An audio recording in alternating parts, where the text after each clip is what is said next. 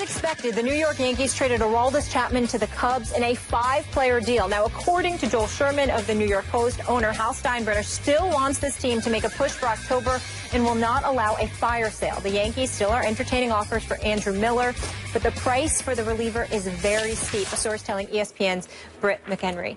Stephen A., what do you make of the deal?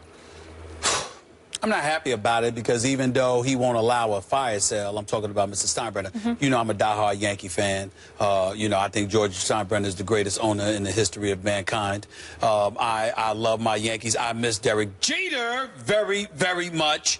But right now, I don't even know the Yankees. So even though I didn't like it per se, I totally understand it. It's definitely a move in the right direction because they're older, they're trying to get younger. I mean, when Teixeira and Alex Rodriguez are your mainstay and you're walking around acting like, you know, McCann is the second coming, even though he's batting .234 and, you know, all of this other stuff. I mean, what are you supposed to do? And I still keep hearing Carlos Beltran's name. He's batting .308 in the games that he's played, but still in all, I just look at it from the perspective that it's not the Yankees that I know and love. Stars. You know, name recognition, box office attraction, etc., etc. So who are the 3 guys they got here? These are prospects. Gleyber Torres, he's a shortstop outfielder. Billy McKinney, of course, Rashad Crawford.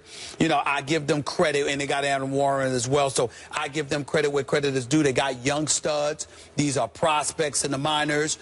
Incredible upside, but nobody that was going to be utilized by the Cubs.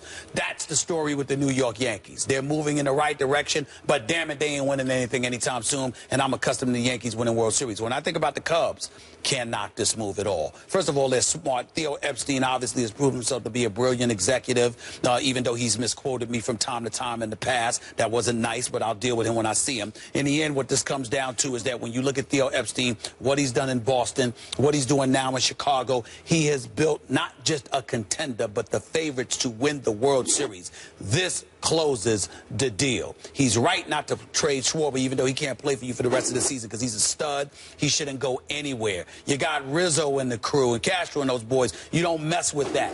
And then to go out here and to get this dude, Chapman, who's had about 30 saves, you understand, and you know, averaging about 30 saves over the last 4 years, 100 strikeouts. He's the real deal, and then some. When you look at it from that perspective, it elevates the level of expectations. But if there's ever a franchise who desperately, desperately, desperately needs it, it is the Chicago Cubs, who haven't won a World Series since 1908. The Theo Epstein is a moment of high leverage here, where he could get another franchise like he did for Boston, and ironically, the Yankees might help him do it.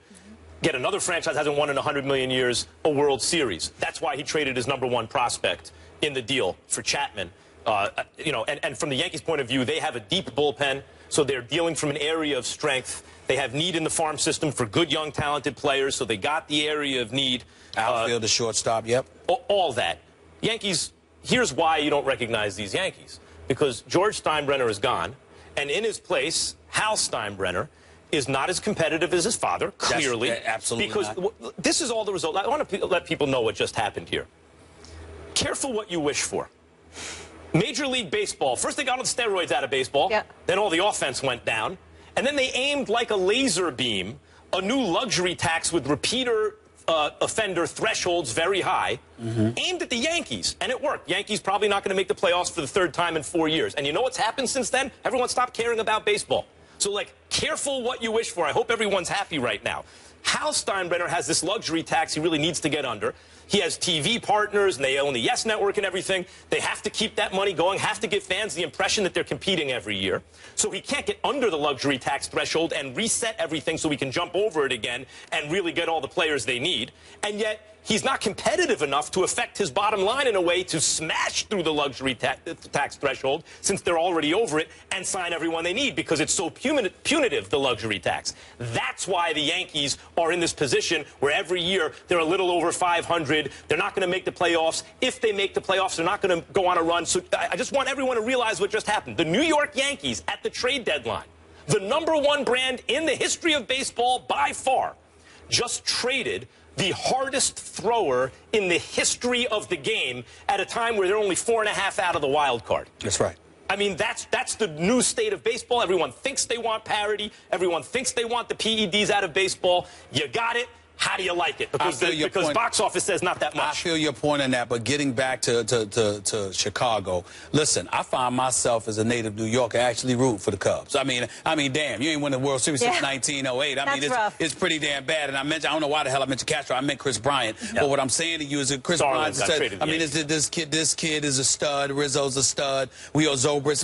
Look, they've got a shot. There is no reason, particularly with this pitching staff. You got Lackey, you got Arrieta, even though he lost his last 4 starts. You got a crew of pitchers, and you got a closer now, and you've got the only thing that can derail the Chicago Cubs, other than injuries, is pressure, or whether or not there truly is a curse. There's absolutely nothing else stopping them right now. There's one more thing. What? One more thing is, like we already know who's going to be in the finals in the NBA next year. We know because basketball is fundamentally a deterministic game. It's not probabilistic. Yep. When you have that team in Cleveland and that team in Golden State, barring injury, there's literally no way for anyone else to make the finals, right? Barring injury. NFL and Major League Baseball, best team doesn't always win. You just don't know. You know, there are too many variables. It's underneath it all. It's probabilistic. It's not as deterministic. So Arrieta is such a great ace, and now you got a flamethrower in the bullpen. You have all these athletic position players, and given the totality of you think, yeah, the Cubs should win the World Series. Doesn't mean they will. They can get the worst team in baseball can beat the best team in baseball. Well, it all comes down to pitching, though. It all comes down to pitching, because I don't care what anyone says. When you have starting pitching, that usually gets it done. I saw Bumgarner win a World Series a couple of years ago. He was the lone dude. I mean, even though other guys showed up, it was really about Bumgarner being available 3 games in a World Series and being able to close the deal for you. And I'm looking at Lackey, I'm looking at Arrieta, I'm looking at Lester. You got these boys, they show up. You shouldn't have a problem if you're the Cubs. But that's right. You need to be able to identify the big game pitchers. There is such a thing as big game pitchers. Kurt Schilling, El Duque back in the day. Those were big game pitchers time and again. Fernando Valenzuela back in the day. Nowadays, you have some big game pitchers like Bumgarner. Hard to tell who they're going to be. Clayton Kershaw is a better pitcher than Bumgarner, except when the chips are on the line. Well, you put it, the Giants went all the way. I always think that's unfair to Kershaw. First of all, I think Kershaw has been mismanaged. I think he pitches entirely too many innings. I think he pitches too deep into games. I think that to some degree has contributed to the injuries. This is why we haven't seen him since June 26th. Because Kershaw's in there. You've got, I mean, you're the Dodgers. You're up 3-0, 4-0. It's the 8th inning, and this dude is still pitching. Why? Why? Especially with his freaky release. Why even take the chance? Why can Bumgarner do it? You know, because Bumgarner does it. Well, he's Bumgarner. Right. But that's what I'm saying. You don't know who that guy is going to be until you see him in that position. But Kershaw doesn't have the durability. He's got the skills. So you got to protect him more during the game. Plus, Bumgarner's in Northern California. We all know how cold it gets there. Oakland and San Francisco ain't L.A. I'm here to tell you, I'm an eyewitness. Whereas in Southern California, I think I've been living for the last 5 years. You've been in Southern California. Now, when I saw you wearing a jacket when you were in Oakland. When you were sitting up there in Southern California, I saw you with a short sleeve shirt on. Right, there's a reason for that. So keep your arm loose. Nothing wrong with that. You got to protect Kershaw. They didn't do that. Yeah, they didn't do that. Kershaw's pitched a lot of innings. That's right. All right, we'll leave it there. The pressure seems to be the theme here on today's show. Coming up next, we stay in New York. Carmelo Anthony has been leading the way lately on social issues. How much pressure does this put on him to win with the new Knicks? We get into it.